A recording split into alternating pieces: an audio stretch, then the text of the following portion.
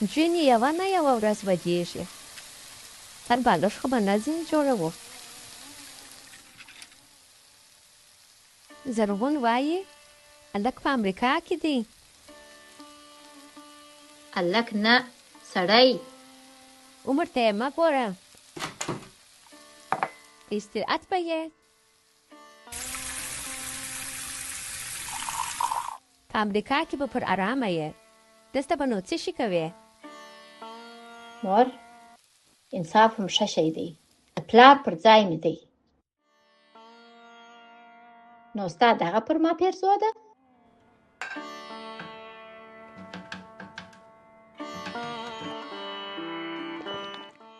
زه دې ښه غواړم. دلته خو نه مکتب سته نه کار کولی شې. په دې څلورو دیوالو کې بند او زنده ناسته یې.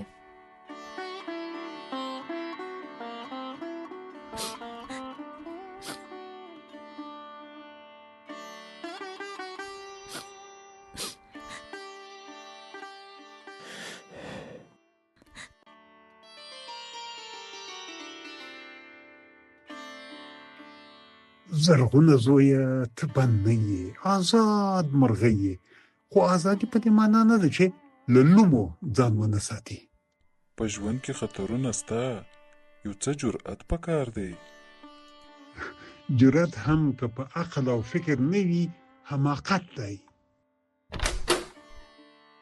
راځئ راځئ، خدای مو راوله، خدای مو راوله. دا دې ښې و شادۍ درونې.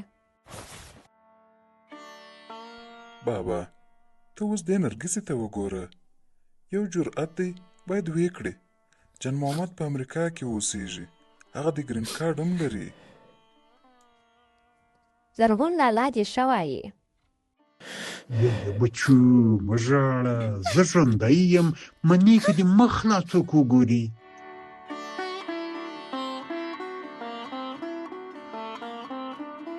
بابا خو یو ورځ نه یو ورځ یې واده و، تر جان محمد خان به ښه هلک خدای خبر چې بیا پیدا کړي.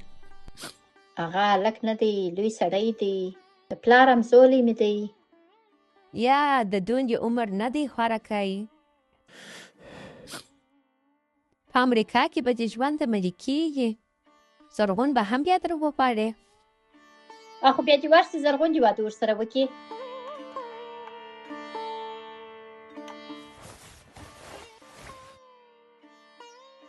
نرګس لا وړه ده، جرمني او امریکا معنا نه لري. د نجلۍ ژوند مهم دی، جبر نه په دین کې سته نه په دنیا کې. خدای مهربانه دی، بله مرکه به راسي.